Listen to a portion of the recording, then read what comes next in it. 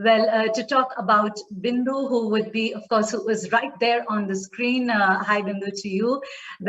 Talking about you in your most recent roles, if I talk about, you have focused on the defense and the coordination of complex product liability cases, especially for a large German automobile manufacturer. And of course, your main areas of practice being dispute resolution and arbitration.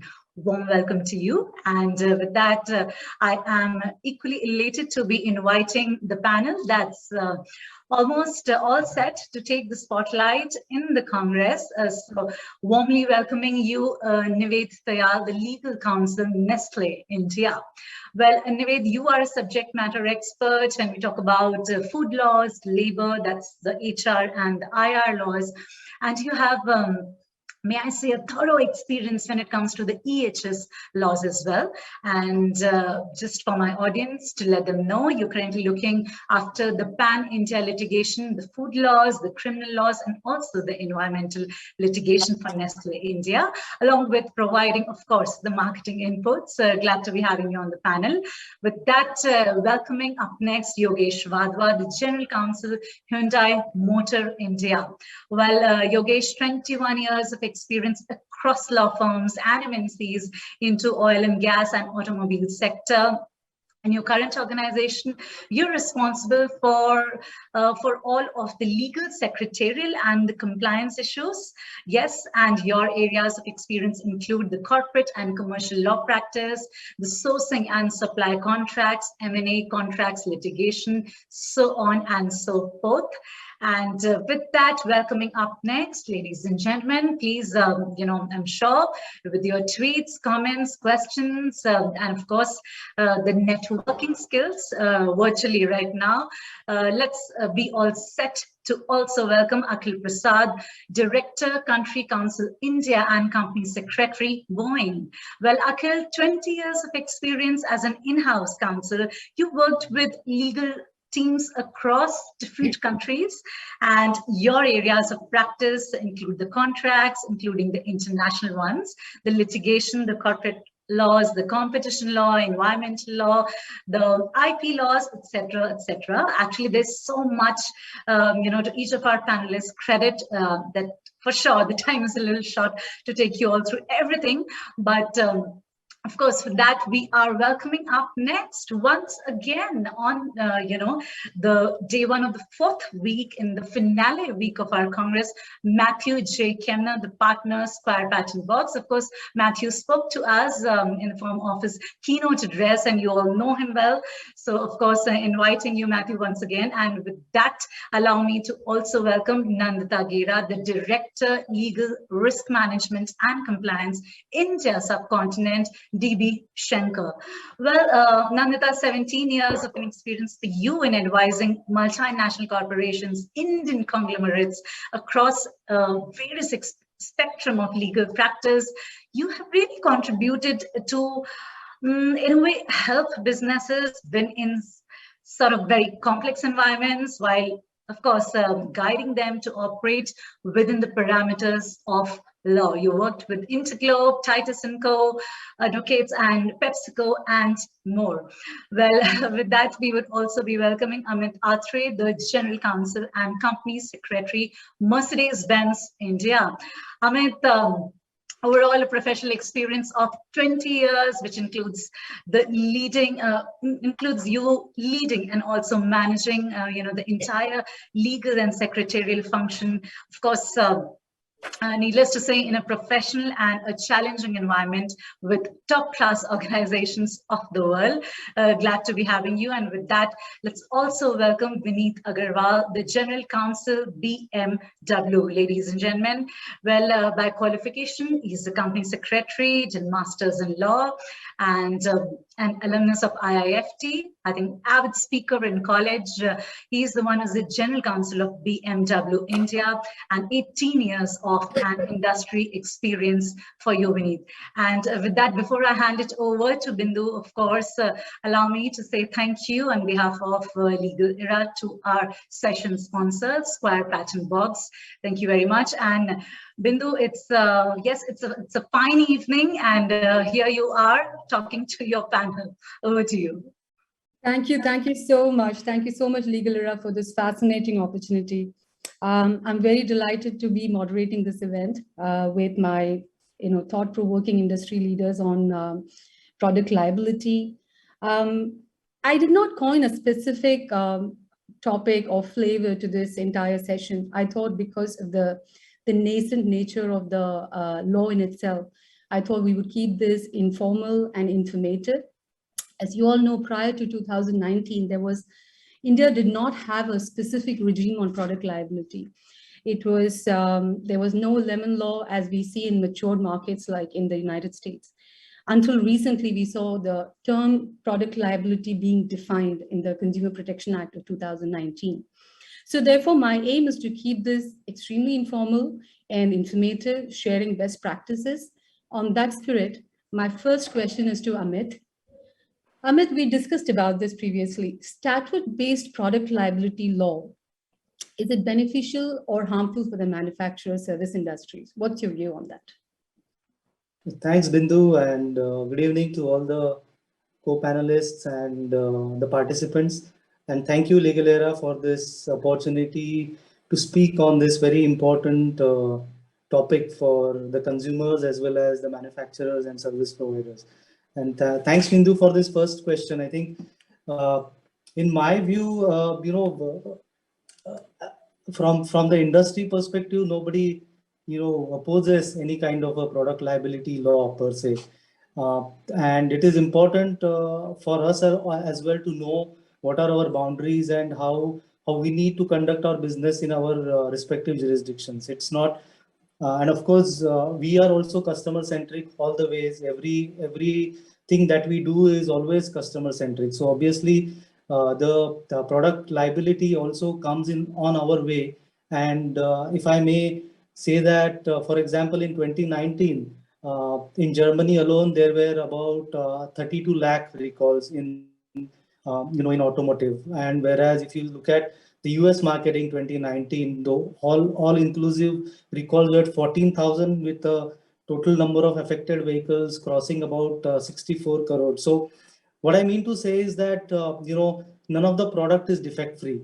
I mean, defects are there because the products are also equally complex, and with AI and, sensor based technology and internet based IoT technologies also in our, products and many of other products. I think it is sometimes very much possible that's the product that go to the market or they may develop defects. So of course, as manufacturers, OEMs, we are not, we don't think that these laws are definitely harmful. I think these are beneficial to the consumers, and as OEMs also, we know our limits and we know how to, market our product, and we have to make sure that our products are safe for our consumers. Having said that, I think, as you rightly mentioned, there was no a specific law on product liability related aspects in India. We have seen it in Consumer Protection Act recently introduced, and we have also seen the product liability in the specific Motor Vehicles Act as far as the automotive industry is concerned. So definitely the law is coming up, and I think we need to stay put and see how this law evolves and matures in India. And if I may just add that there is also provision under the Consumer Protection Act that the Central Consumer Authority has also right to recall the products, and the Motor Vehicles Act authority constituted under the Motor Vehicles Act obviously has inherent authority to recall. So now let's see how these both authorities act in tandem and make sure that we do the business with ease of doing business, what we call now in India, and there is definite governance and some certainty in implementation of these newly formed laws and jurisprudence. Thank you, Amit. Thank you so much. You're very correct in saying that one should not fear any such reformation of law because it's only for the betterment of the entire system. So my next question is to Vineet Agarwal. Do you think it's just the law alone which increases the claims, or is it the rampant globalization which has increased the risk of product liability claims? We are living in a very globalized world, so it is imperative that this we cannot run away from it. What are your views?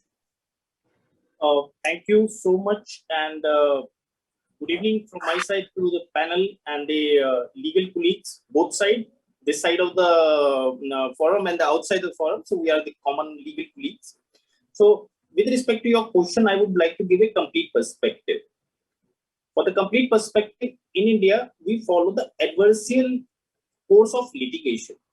Any person can file case for against very freely. Courts are available. It is open door. You go and litigate, and it becomes the imperative on the other side how you are defending the case. So basically, it's very easy to go to the court, and now burden primarily shifted from the consumer or the customer to the manufacturer or the dealer, that they have to prove their innocence or the defense. So basically, you remain defenseless. So first part. Second part, regarding your question about the globalization, since in India, post globalization, most of the international brands are existing in India. No doubt about that. For the big brands, the big reputation is involved, because your reputation is one of your biggest asset. So it increase, because if you are connecting with the big brands, definitely your increased exposure automatically increase. No doubt about that.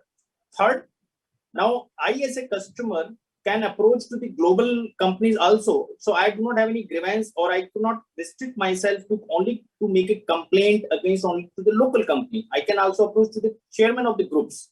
So that we have also witnessed very rapidly that they approach group so that they can get the instruction here to get their whatever their grievance to be resolved. So I think it's a increasing trend. I think with the evolvement of, or I say the this social networking and everything, it's now very easy and convenient. Just click a button, you can trigger your complaint and grievances. So I think yes, it is an increasing trend, but yes, disturbing trend too. Hand over to you, Bindu. Thank you, Vineet. I could not agree more on this, because we see this because of globalization, because of social media, the amount of trouble that we do go through. Sometimes we feel that, oh, if this did not exist, the world would be a better place. I don't know. Don't quote me on that. So while Matt is here, Matt, are you there? I cannot hear him. Okay, so just following from that question, my question now is to Nived. In India, who's generally considered liable for PL claims? Do they implicate manufacturers, importers, retailers, or all of them on a joint and a several basis? And why is that so? Thank you so much, Bindu, and a very good evening to all co-panelists here. And I want to thank Legal Era for providing us with this wonderful opportunity to discuss this. Coming back to your question, Bindu, in my experience, what I've seen is that the consumers do have a knack of impleading everyone, right from the retailers to the manufacturers to distributors, everyone. And I suppose that they fancy and they fathom everyone within their reach whom they can get. And just taking cue from Mr. Vineet here, this is a recent trend wherein the consumers have also started to implead the general management. Now, I think from what I've garnered over the past 5-6 years of my experience, I believe that this is more or less because they want to get their grievance redressed, and they want to fancy the chances as to how they can get their grievance redressed best, and that is why they plead and they move the court with all possibilities and with everything within their armor. They don't want to leave out anything. They don't want to leave out any arrow out of their quiver to ensure that their concerns are met, irrespective of whether the concerns are valid or invalid. That is for the court to decide, and the matter can be sub judice or however one wants to put it. But they want to ensure that their matter is redressed, they are heard. Sometimes it can be a 2-minute fame kind of a situation. Sometimes the situation can be a little more serious, or it definitely depends from facts to facts and from case to case. But yeah, I think this is the general trend, and this is probably the reason, and maybe the reason why they implead everyone and anyone that they can fathom. Thank you, Nived. I mean, well, that's not very good, but lawyers, it is very good. we are very happy when we have such a situation. So moving on, my next question is to Yogesh. For the manufacturing as well as service industries, is India perceived to be an ideal market which balances the customer's PL claims and obligations of the companies, or the scales are tilted in favor of the customer more? What are your views? Thank you, Bindu. It's really nice to be here. I think this has already been partly answered by most of the people that while the law is definitely evolving, they are the kings. I mean, from my perspective, since if you look at 2010 onwards, where the Consumer Protection Act was still evolving, over the period, so many changes have been brought up. We have the new concept of product liability, as we just now spoke in, which was introduced in 2019. Specific definitions have been included. Besides that, so many other new aspects have been introduced also. The customer, for all reasons, have plethora of means to take the companies at large to the court, be it civil or even criminal kind of issues, which I've seen in my experience, they try and use to their advantage. They have the media kind of issues, which they try and manipulate to a large extent also, just to ensure that their grievances are addressed. So definitely the law is very much evolving. There are changes which are coming to the advantage. There are various kind of means to address the issues. So definitely it's a right tilt in the favor of consumers, which is very much available at this stage.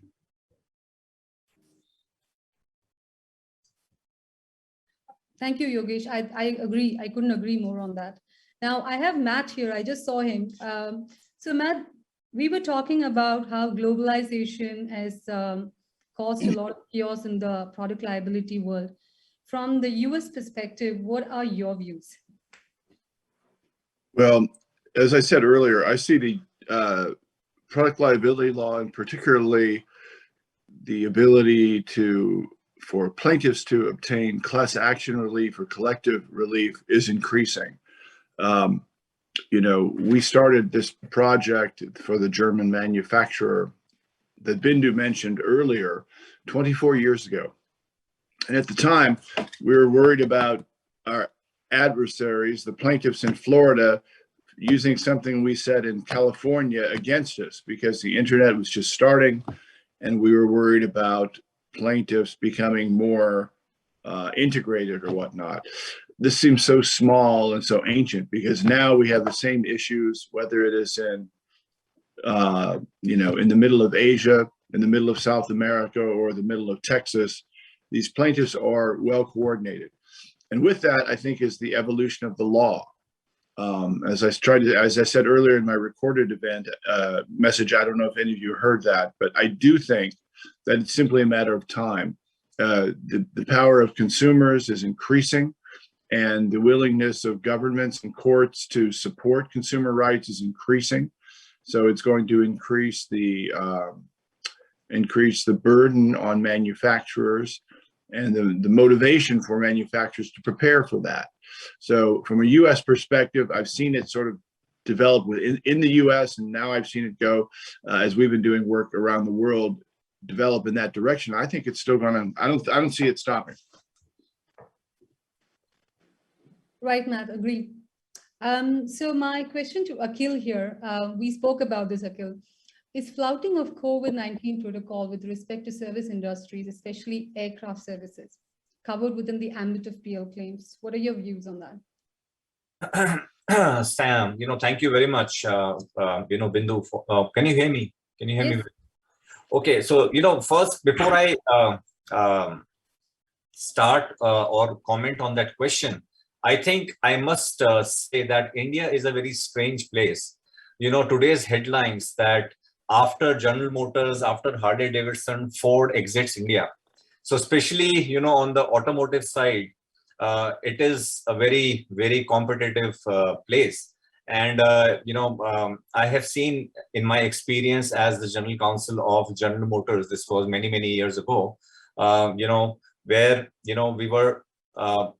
we were debating, how the companies in India would compete when they start to manufacture these vehicles and the cars in India. And, we were talking about a 1 million kind of a market way back in 2002, 2003.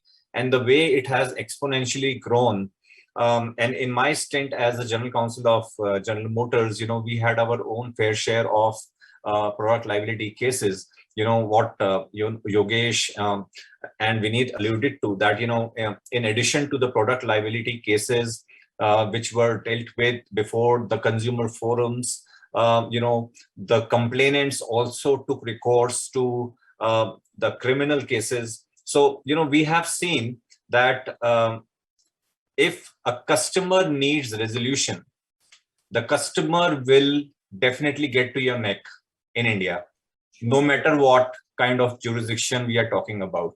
So whether, we have seen cases which have reached, in my particular case, when I was General Motors General Counsel, one product liability case did reach the Supreme Court level. So we had to file a special leave petition, because having one at the district consumer forum level, having one at the state forum level, we lost at the National Commission.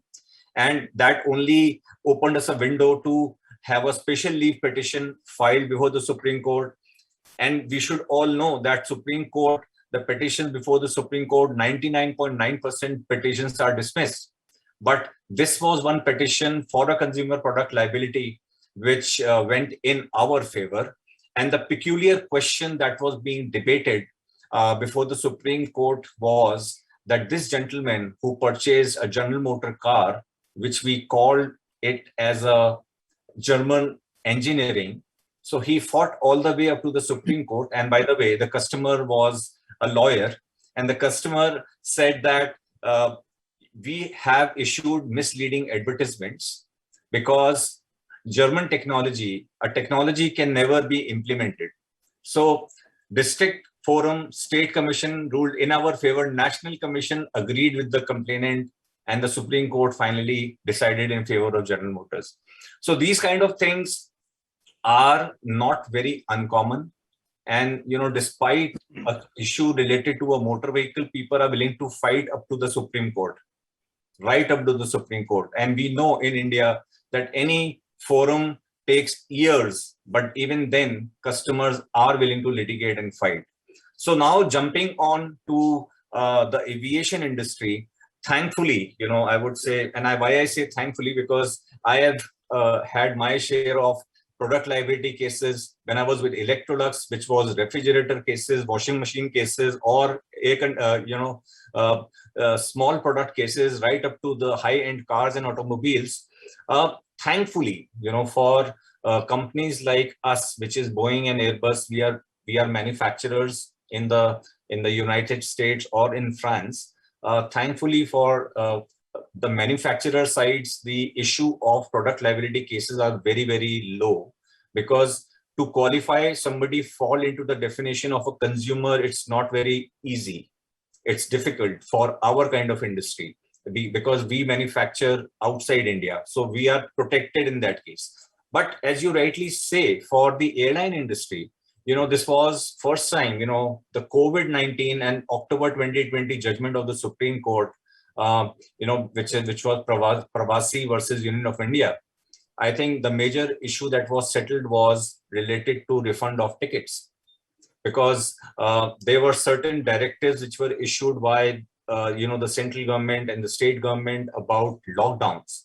So many consumers who had bought tickets during the lockdown period, and some of the consumers who had bought tickets prior to the lockdown period, those kind of problems were being, faced by the industry, that whether, those cancellations which have happened, what should the consumer do? Should they get a refund? Should they not get a refund? And, the problem was not only with the consumer, the problem was also with the airline, because the lockdown order was beyond a consumer. The lockdown order was beyond an airline. So Supreme Court had to find a middle ground. And that middle ground was whether the airline company should be entitled to refund of tickets, or should airline company process the refund of tickets? Should consumer get back their money, or what should happen? So the middle ground which the Supreme Court, through various writ petitions which were filed in regard to the refund of tickets, was that, yes, if you have booked a ticket directly with the airline, you should get a refund because of lockdown. If you have booked ticket with a travel agency, you should get a refund. But the Supreme Court also realized the problem of an airline, that airline is also under a financial distress. And that is where a formula which was, devised by the Supreme Court was, the credit system of, refund of tickets was devised and agreed to by the Supreme Court and by the airlines. So that credit system was that, every airline, a consumer who had purchased a ticket with the airline will get a credit, and that credit can be used by the consumer, till the time they want to fly, or 31st March 2021. And that credit could also be passed on by the consumer to somebody who's willing to fly. So this is one of the leading cases because of COVID, that what I have seen personally, not directly impacting to the manufacturers that we are, but to the airline industry that we have seen, that Supreme Court has come forward and provided help. I'm sure, there would be other bits of the product liability cases related to the airline companies, but I thought this is one of the biggest which went up to the Supreme Court, and the court intervened to perhaps try and find some solution for consumers. Thank you so much, Akhil. Thank you so much for sharing that with us. My next question, is slightly interesting because we have mostly automobile manufacturers, and we're talking Nestlé is here, but here we're going to talk to a logistics company, Schenker. I would like to know from Nandita, what are the defenses available to logistic companies against product liability when the product is in transit? Or how do you deal with that? Thanks, Bindu, for the question. So before I start, I would like to say that the manufacturing and service providing industry will definitely have to enhance product liability risk management practices in the wake of the evolving product liability law in India at present. And going to the question, the general defenses that we could take were, having appropriate disclaimers and limitation of warranties and liabilities under the contractual documentation that we have with our customers. Also, we have a specific reference of applicable laws in our contractual documentation where we limit our liability as per the international conventions applicable to the ocean freight business and the air freight business. So for ocean freight business, we have the Hague-Visby rules, which are applicable internationally, and our customers accept that. And there, our liability is restricted to, 2 SDR per kg, something like that. And we also have the Montreal Convention, which we rely on for the air freight contracts, air freight logistics. So there as well, we have a limitation of liability fixed under the contract. So this helps us to reduce our liability, in case of such claims. Apart from that, the other defenses also, like another panelist mentioned, is that the claimant should squarely fall, in the criteria or under the definition of consumer. So in our case, a lot of customers are importing or exporting for commercial purpose or for resale. So we would always take the defense that, they do not really fall under the definition of consumer. So these are the main defenses. And as a backup or as an additional comment, I would also add that it's very important to have documentary evidence of consumer being satisfied with the product quality at the time of purchase. Also a good documentary trail of manufacturing processes or quality checks, which should be followed by manufacturers so that they can strengthen their case. So these could be the additional things that could be taken care of. Thank you, Nandita. Talking about the, the very thing about how to protect yourself, that brings me to the next topic, which is very close to my heart, which is about expert witnesses in product liability. Are Indian courts generally receptive to expert witnesses in product liability claims? Does India need a strong regulatory body? Now, this question is for Amit.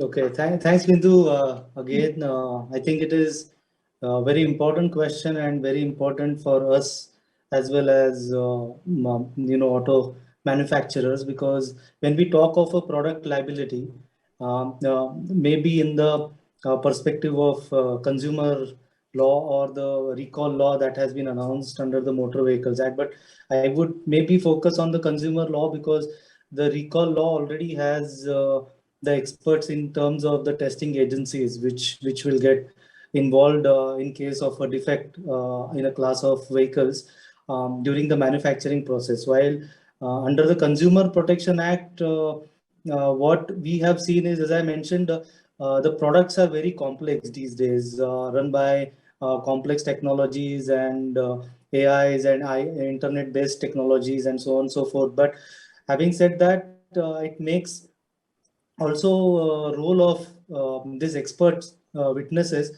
very, very crucial in deciding whether a product is defective or not, because many a times we find that there is a exchange of things between perception and defect.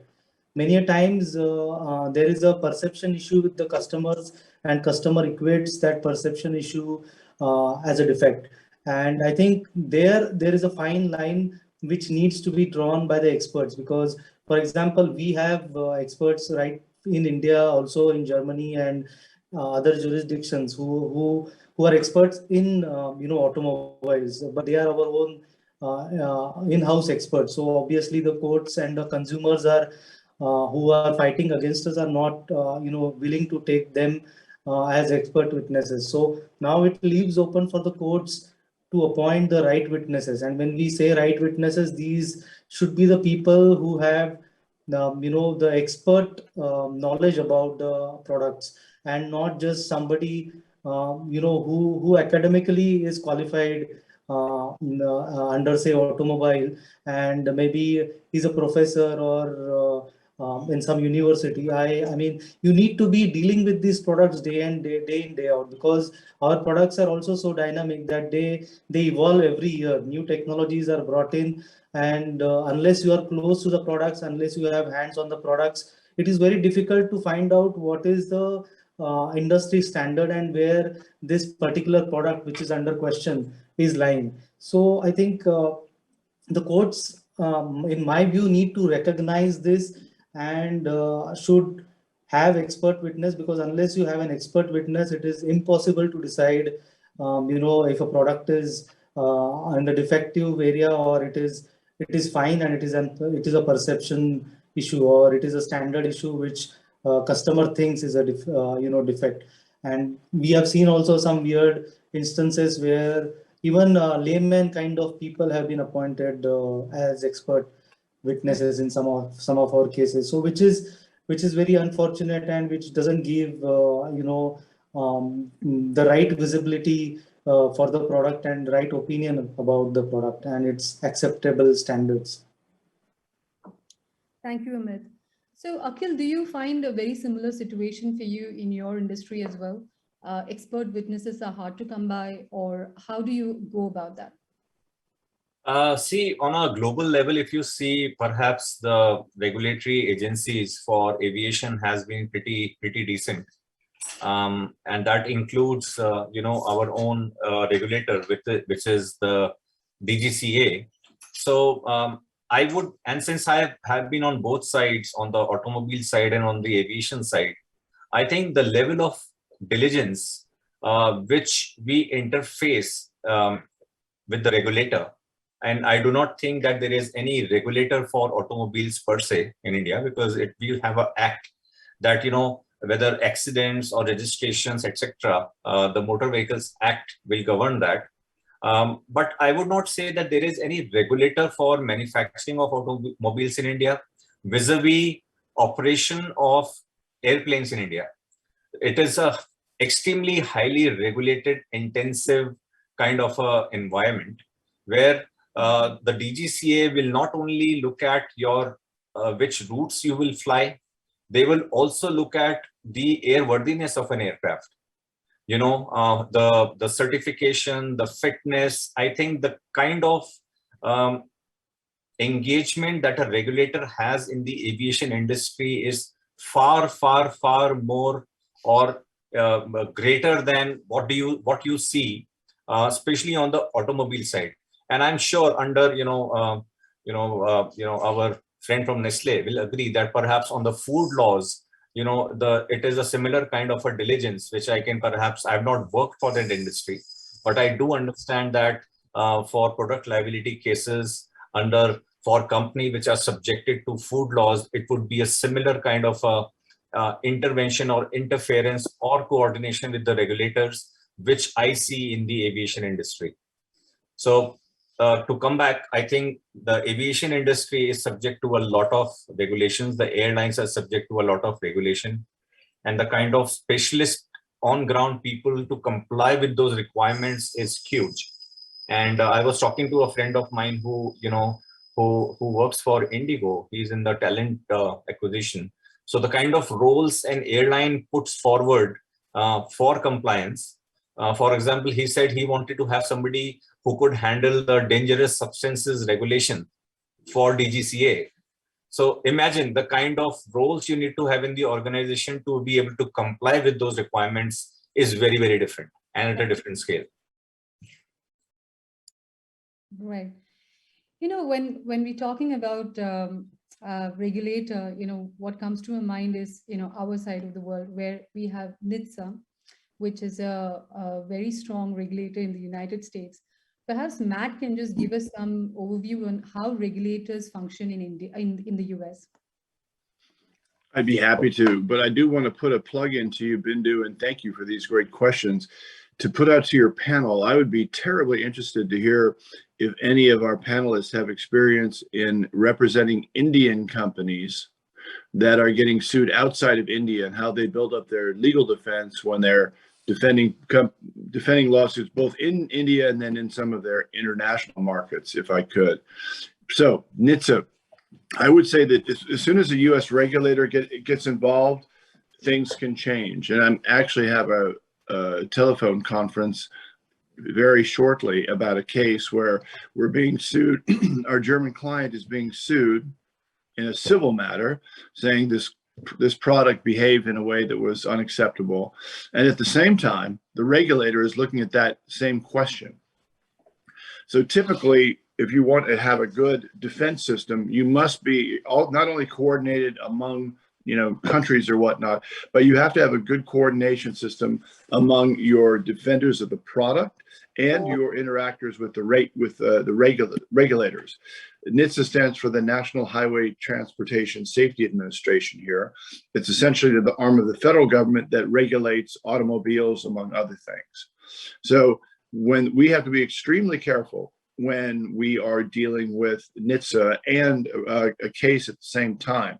And frankly speaking, in those matters, in terms of the risk to the client, upsetting the regulator and risking that the regulator might make some ruling that could affect your sales in a market, or they could find a defect that could stop all your cases. One must be, I would say, have a heightened level of sensitivity when dealing with a regulator, particularly when it can involve also at the same time there's a civil case pending. I don't know if that answered your question, Bindu. Yes, Ma, thank you. This was just to sort of draw a comparison about how strong a regulator is outside and, how it is in India. So, when we're talking about regulators and, all of this, one question that comes to my mind is always about the Maggie lawsuit in India. Now, this question is to Nived. What are the challenges faced by Nestlé in the classic, the Maggie case? And would the situation be any different if the case had been instituted now, vis-a-vis to after the passage of the Consumer Protection Act 2019? Had it been different then and now? Thank you again, Bindu, for circling back to me on that question. See, for my co-panelists and for the viewers and Bindu for you, there were definitely challenges at that point in time when it struck us. But I would just like to mention that the law was completely different in which we were challenged. And as a team, we understood what was the ask. We worked as a team. We understood what was asked of us. And accordingly, we came out of it all guns blaring. And having said that, it was more of a perception issue is what I would like to say. And I would like to echo my co-panelist view on that which has already been elaborated upon. Coming back to the fact that how it would be different in today's view and in today's with the new law coming into the picture, I think I would again have to rely upon my co-panelist view that the law has become technical. It's a new law. It is taking into consideration the technical aspects which are prevalent in the world right now. And having said that, it is a benefit for the society and for the industries at large that if we are given the opportunity to actually play on that card, the technicalities, because technicalities are something which are to be understood by the law and by the courts, and that can essentially help us proceed with the matter in a much more conducive manner. So yeah. Correct. Thanks, Nived. So, I mean, well, of course, the times were different, but do you think if the case was right now, as we see today, the court would have taken a different view? Do you think so? That's actually very hard to say because the challenges in today's law would have been different. The manner and method of dealing with this kind of a situation in today's world would have been very different. We would have taken a different approach, or if so to say, or we would have understood the concerns or the risks at this point in time, and we would have accordingly acted upon it. But going to the effect, whether the judgment or whether the courts would have taken a different view or not, I think that is a matter for the courts to decide. We would have definitely wanted the way to go, the judgment to go the way it did in the past. But having said that, we would always try and ensure that whatever we provide to the consumers and to the public at large is of best quality, and that is what we've been ensuring all of this up until this point in time. Thank you, Nived. Bindu, can I add a point here? What I agree with what Nived said, but there is more than a particular only an instance of what you see as a case. For example, if somebody says Nestlé is not manufacturing safe food products, Coca-Cola has pesticides, what about the entire world or the entire country which eats on the roadside and drinks water, from those archaic machines, water vending machines at Connaught Place? Is that water safe? And Coca-Cola is not safe. Argument to get into, I guess. No, I know, but it is more than the case. I think it is more than the case what meets the eye. What you see in read in the news and the way some of the companies are being targeted. And it will take years for these companies to, really fight out and win, because we know the judicial system in this country is so, it takes a lot number of years. But, the moment somebody says that a particular food manufacturer is not safe and, there is pesticide in Coca-Cola bottles, what about God save the 70-80% people who do not live in cities and who are eating, from God knows where. And if that food is safe, then God save companies like Nestlé or Coca-Cola. God save them indeed. So, just coming back to Matt's question previously, we were talking about how, like a German manufacturer or a, French manufacturer, when they come to India, these are the defenses they take. What about an Indian company when they go into, like, they get sued outside? How does that work? Akhil, do you want to take this since you've seen both sides? Sorry, Bindu, can you repeat your question? There was some... Like an Indian manufacturer, if they are sued outside of India, what are the defenses that the Indian manufacturer generally take? I think the line of defense and so let's take a specific example, how would an Indian company be sued outside India? So, somebody, for example, let's take the example of, automakers, which is, the gentleman on our screen. And if their products, so we do know that Suzuki exports a lot of cars to Europe, and so does Hyundai, and so does I'm sure BMW. So if their products, which are international quality products, are being exported, so I'm sure these three gentlemen, the general counsels who are sitting here, and including Amit. So I'm sure there is a lot of diligence. What I saw very early in my General Motors days was that a lot of work needs to be done, whether it's on the production side, the quality assurance, the homologation of these countries. So one thing is what you look inside the country. For example, what is that homologation requirements of India for a vehicle, and also homologation or certification or quality standards of that particular country, where these are to be exported. For example, if a Suzuki were to be exported to Europe, the most important thing is the left-hand drive versus the right-hand drive. So those kind of things, I think those parameters will have to be first understood, quantified, qualified, and the regulation of that particular country needs to be very, very clearly understood. So if we are exporting, say, for example, medicines or food from India, we need to be very, very clear that Dr. Reddy Laboratories or, Sun Pharma in India, if they are exporting medicines, or especially during the current terms, if Covaxin is being exported or Covishield is being exported, so whether those countries, we have checked the regulations, we have complied with the regulations. And these days, we also hear about that Indian, so for example, Pfizer and AstraZeneca is looking for amnesty in India, that they will not be sued in India. Likewise, it's time for our own drug manufacturer to look at the similar kind of amnesty if the drugs were to go outside India. And should there be some kind of a problem with these manufacturers outside or consumers outside India? So we have to really understand, and that is where the role of a general counsel or the external firm comes into play, to understand those risks, highlight those risks to the business teams, and then only the product planning or implementation should begin. So this is how I would see, and the line of defense would come that what are the compliances I have done to ensure that my product or service in that particular country where I'm exporting is safe. So I think that those documentation will have to be very, very handy if I have to really defend my case in a foreign jurisdiction.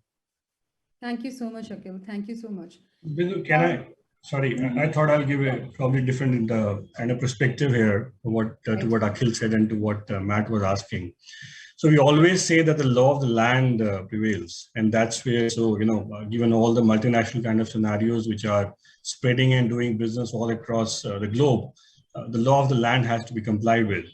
So while we spoke of a scenario where a country going outside India, might be getting sued in different courts in, say, for example, in US.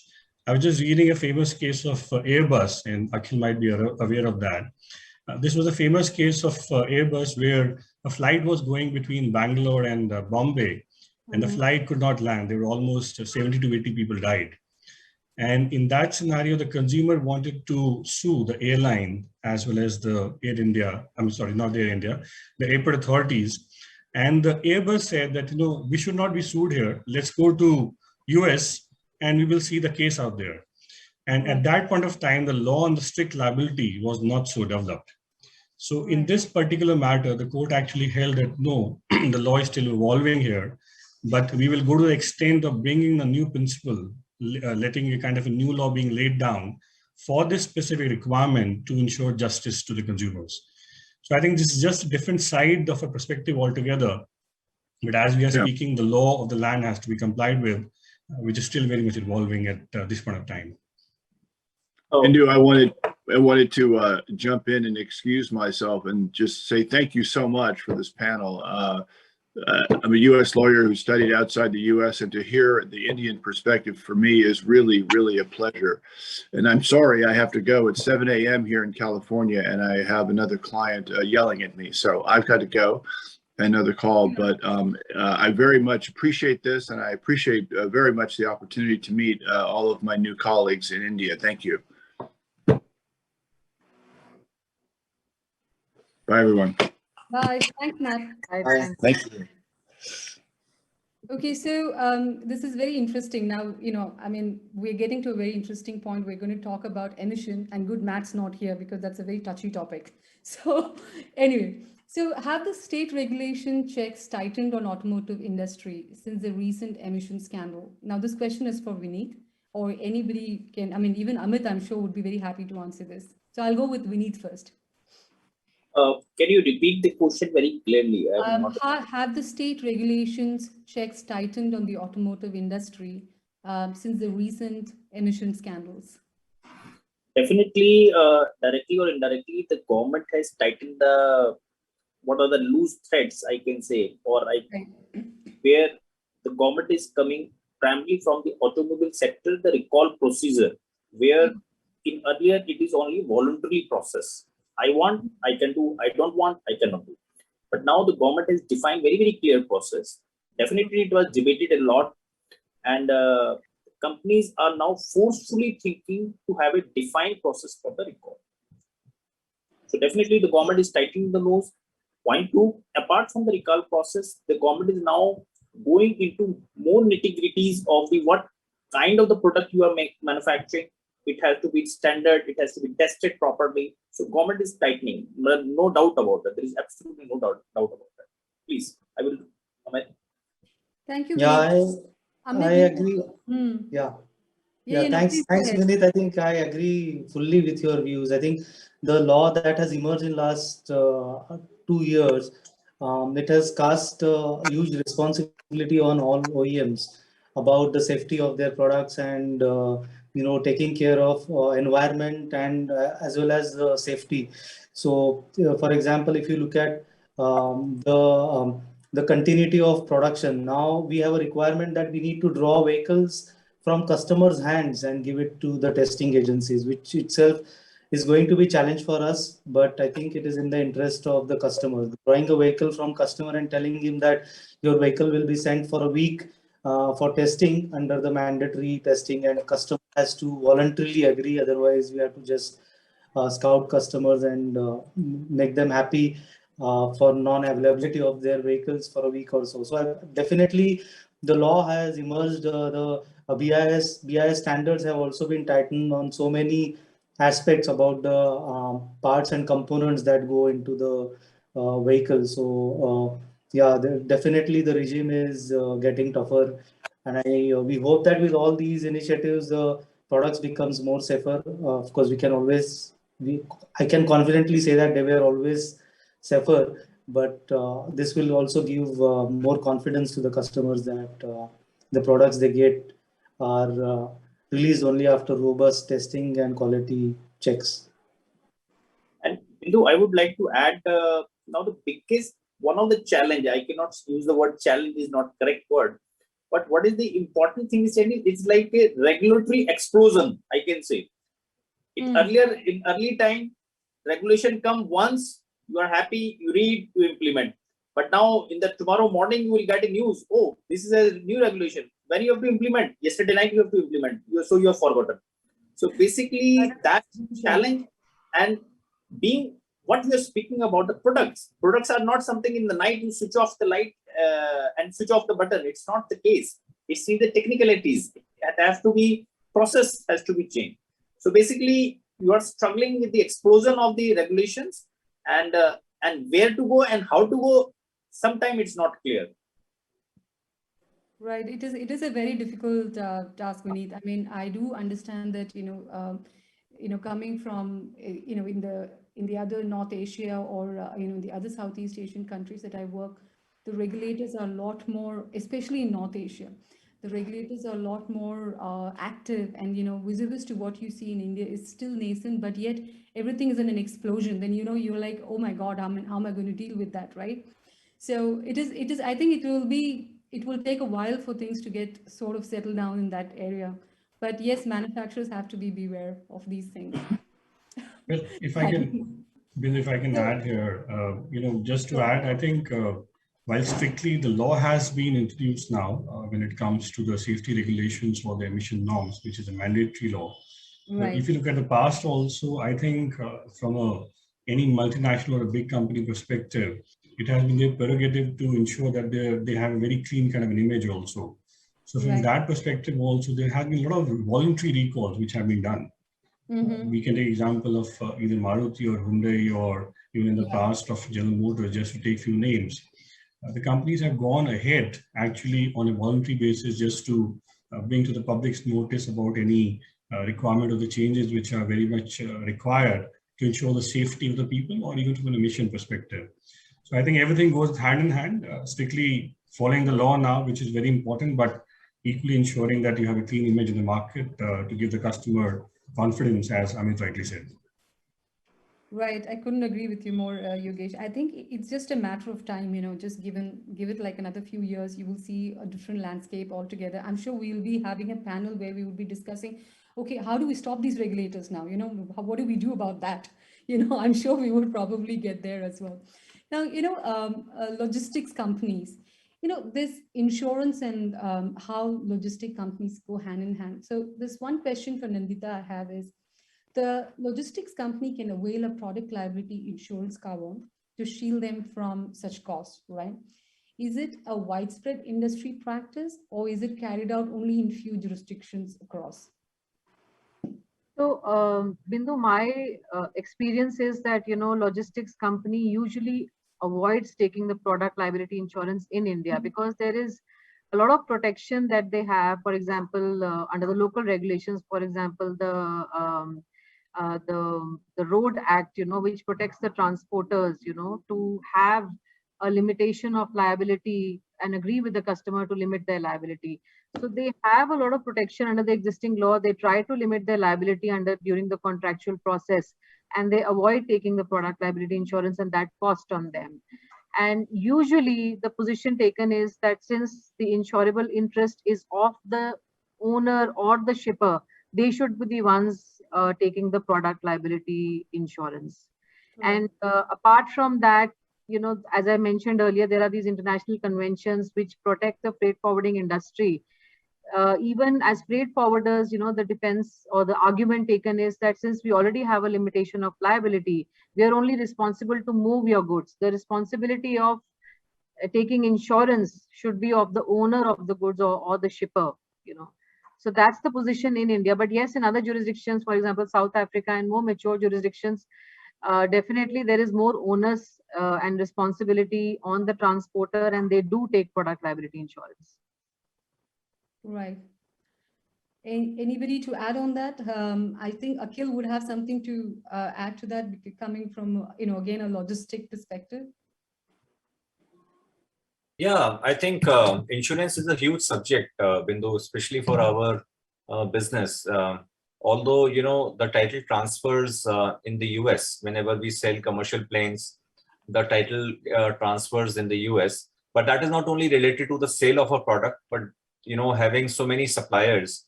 And, when you manufacture a plane, you import parts from almost 180 countries.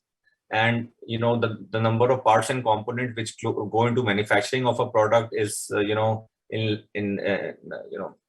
it's 400,000 or 500,000 parts, which go inside. So imagine the supply chain of it and the need to have those contracts and the risk management and the insurance. I think it's mind-boggling. So then, you have customers when you are manufacturing for defense products, that magnifies the importance of risk and on insurance and other aspects, especially, when you are dealing with third-party insurance, how to protect yourself, should, like a MiG-21 falls, then who is responsible for the loss which may happen. So yeah, from our perspective, the impact is huge, and we have a dedicated team, a global team, which looks after these aspects very, very carefully. Right. I very consciously avoided, adding more questions on insurance because, again, I see a very big difference when it comes to insurance-related lawsuits outside India and in India. So we, I have a lot of subrogation claims that do come my way. And, I do visibly see that does not happen much in India. Insurance companies just happy to pay off and just go. And just the contrary on the other side, because the insurance companies, more than the manufacturers, now we start fearing the insurance company. Are they going to come after us for a lawsuit? And, so I did not I very consciously kept that away. But well, I just have two more questions, I promise. Now, my second last question is on class actions. Again, we see a lot of class action back in our jurisdiction. One of the biggest concerns, more than the product issue, it's about the collective actions or the class action that comes in wherein, you have 40, 50 customers getting together and filing a claim. It's just a mayhem. So how viable is that in India? And do you see a trend emerging in class action? I could have Vineet answer that, or even Nived take that. So before answering this question, I would take a different platform. First question, who will be considered to be liable? That is our fundamental question. Now question, answer have 3 points. One, where the fault lies. Suppose you are manufacturing a defective product in any way, or you're providing defective service, naturally you're liable. Point 2, where there is a contributory factor for the fault, because your retailer, whomsoever is selling, is contributory product. And third, I feel, as per my experience, most important, who is not able to defend his case properly. Now, if I am not defending my case properly, then they definitely first and two will dilute, and then I'm liable for that. So that is the first part of that. Now coming to the insurance side, I'm sorry. From the class action side, definitely in India, because of the explosion of the knowledge or explosion of the media sector, now people are collecting. Now they are, whether they take the legal route of filing the case and gaining their grievance redress, that is one way of them. Second is the using the social media, where they know the goodwill impact is more, so they will more divert to that. Because you can understand, if I am filing a class action suit, it takes time, resolution, and again enforcement is a different take a lot of time over that. So what important factor for the and the courts, if I say per se, primarily from the real estate sector or the food industry sector or different. So basically, it's evolving the consciousness of the company, that please hear us. Because if you are hearing us as a shortly, you are not acting. Now we coming as a collectively. So please hear us. Please address our grievances. Second part, courts are also consciously awarding the compensation over that. So basically, yes, it is an increasing trend and rapid increasing trend. Yeah, Right. hand over to you, please. Sorry, yes. Go ahead, Vineet. Yeah, that's I completed my Nived, answer. So Just to perhaps you could just give your views from the food industry, perhaps. Yeah. definitely. So just to add to a couple of points on what Mr. Vineet has said. So in fact, if you look at the law per se has added a couple of embargoes when you file for a class action suit on a consumer law. Right. So if you look at, and now especially under the new Consumer Protection Act 2019, if you look at the intent of the law per se, the intent is slowly swinging from not just the compensation part, but also for the redressal of the consumer's grievance. And that is why if you see, they've added the mediation part to it, they've added CCPA, they are constantly adding one layer after the other so that the consumer's grievance is addressed, rather than they can come to the court directly and take the companies or take the retailers or whomsoever they have pleaded for a right. So if you go by that perspective, and if you really look at the intent of the legislature here, I see that a different trend is emerging. I see that the courts and the legislature and everyone is now harping or harpinging on the fact that how can the grievances of the consumer be redressed. That is why encouraging more of mediation. They are encouraging more of authorities to come up at a district level or a local level, where people can or companies can engage with the consumers, make them understand their point of view, as previously discussed, the technical aspects or other aspects, whichever aspect it is, and that would essentially come to a conclusion wherein the essence of the whole case or the whole complaint can be addressed, rather than going after a specific company or a retailer asking for a magnanimous sum irrespective of what the complaint is. So I think this is a more of an emerging trend with respect to how the class action suits can be taken forward. Yeah. No, I think, having class action, I think, especially it is very fearful in a country like India with so many people, it's so easy to catch on once it starts. I hope it doesn't come to that very soon. With that, I have my last question. Perhaps this would go to each one of you. And I'm sure I sort of know the answer, but I still would like to ask each one of you is, given all of this, should alternate dispute resolution mechanisms like mediation or arbitration be adopted while resolving PL claims? Because PL claims are going to be like, plenty of those coming our ways, right? So especially in India, wherein there exists a huge pendency of cases. What has been the experience of everyone? I mean, is this something that we should all embark on? I mean, I would be grateful if each one of you take this question. So if I were to make my, view first, I would say, Bindu, that I do not think that there is any problem on the legislative intent on setting up the judicial resolution process, whether it's the commercial courts, whether it's the product liability consumer courts. I think the basic problem that we have is, if I say on the product liability cases, is what we were deliberating earlier, is to have a body which could immediately provide forensic support, so that the judgments or decisions can be quicker. For example, if a consumer faces a problem on a technical product like an automobile, and that to a branded automobile, which is a high-end automobile, and they allege that the company has cheated us, I think that element of whether a company has cheated, and with learning from my experience that a German engineering cannot be implemented in India, a futile argument which went for 20 years to be decided. I think if we are able to solve things like those, that judgments or decisions are provided quicker, we have a validating process that whether the complaint which has been filed is correct or not correct from a technical standpoint.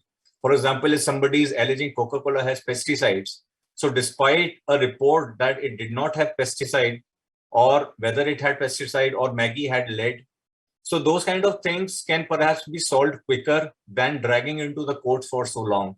I think the bigger problem for us is not to mix ADR with product liability, because ADR laws and arbitration law is very, very clear that if there is a special law which has a special remedial process, it is not subject to arbitration. So my own personal belief is that let's not tinker too much about the judicial process. Let's focus upon the speedy redressal process. That to me is a major problem. Fair enough. Vineet, would you Yeah. agree to that? So basically, the issue is ultimately the customer is king, who is giving the revenue to the company, who is giving the revenue for success of your company and ultimately success of all your organization. So let you step your side to the shoes of the customer, whether he's right or wrong, or whether you are fighting for your just for defending the case, or really you have some genuine, on the principal perspective, you have some difference. So first step, important point, whenever any case comes, let's evaluate from a neutral mind whether the genuineness of the grievance or case or any customer complaint or in any other sector comes. So try to resolve, because it is better, because ultimately you do not lose a case, you lose a customer. So your customer centricity should come in any organization, and for the longevity and your goodwill, your customer always has to satisfy. Yes, sometimes you have to go extra milestone to satisfy the need of the customer. And we are not here fighting for our egos or something like, ultimately he's our revenue giver. So we have to respect that. That's point number one. And second part, definitely in terms of principle, if any principle has been breached or customer is aggressive or something, you have to teach a lesson also. So then you have to defend your case properly in all corners of the law, using all the defense, then you have to teach a lesson also. So that's balance out. You have to judgmental balance out interest of the customer. Right. Nived? Yeah, so it's an interesting question, and it's an interesting concept in itself, because if you look at just the words that constitute ADR, it's alternate dispute resolution. So all three words have a different emphasis applied on them. It's alternate, so what is apart from the judicial process that we have, and it's a dispute. So that in this dispute has already been established, and thirdly, resolution. So it is aimed at resolving the dispute that has been referred in the alternate manner. I think if we just stick to these three terms and if we really abide by how this is to be done, I think we will address what Dr. Akhil has said and what Mr. Vineet has very aptly pointed out, that we can speedily redress all the grievances. We can address the queries, we can move ahead and take that next leap forward. Another point which I want to add is that all these points have already been included in the law itself. It is just a matter of implication and putting in that effort and giving it that full thrust, because there are specific timelines within which the ADR or the dispute or the mediation has to be resolved. And if, let's say, all of us including the consumers, we are able to address and we are able to live up to that, then I think it would be a much better path to walk on. Thank you, Nived. Nandita, would you agree with that? I'm sure you have the same claim. Sure, yeah, 100%. So I completely agree with Vineet and Nived on this, and I would say that the ultimate objective of any business is to have a long-standing relationship with the customer. I think no business would say that we would like to lose a customer for a reason or for a fault of a business. So the facts have to be seen in the matter, and where genuinely something has gone wrong, we should come and probably sit on the table together, try and settle the matter, opt for ADR, and try to resolve the dispute in the shortest time possible, rather than overloading the courts which are already there, which have a burden of so many cases already. Right. Amit? Yeah, absolutely. I fully agree with all the co-panelists. Only the customer centricity should drive the mediation and resolution. But I just want to bring a different point on the table about success of mediation. I think what I have seen in other advanced jurisdictions is the mediation is taken more seriously because of the legal costs involved in fighting a case. And when a party wins a case, it has right to recover these costs from the losing party. So that acts as a real deterrent for any party who is in real fault, and they are in eager to settle that matter outside the court, because they don't want to incur equivalent legal cost and also pay compensation and legal costs to the winning party. So I think that's where we are lacking and behind as a jurisdiction, where the legal cost reimbursement to the winning party is still not there. The parties bear their own costs. And I think if that is brought on the table, then the mediation, I'm sure, will be much more successful and fruitful for both the parties. Right, Amit. I think that's a good analogy to make, because I do see that in my jurisdiction, mediation is taken very seriously. So most of my cases just get ends because we have a good mediation. So it does, I hope India catches up to this, and we see a different trend. And with that, I end all my questions. And thank you so much, each one of you, to be here on Ganesh Chaturthi and spending your time with us. And thank you again. Thank you. Thank you. Thank you. Thank you so much. Thank you so much. Thank you. So panel, a big thank you to all of you again for sharing the roadmap also in a way with us, and that clears up perspectives as to what is the way forward. So thank you very, very much.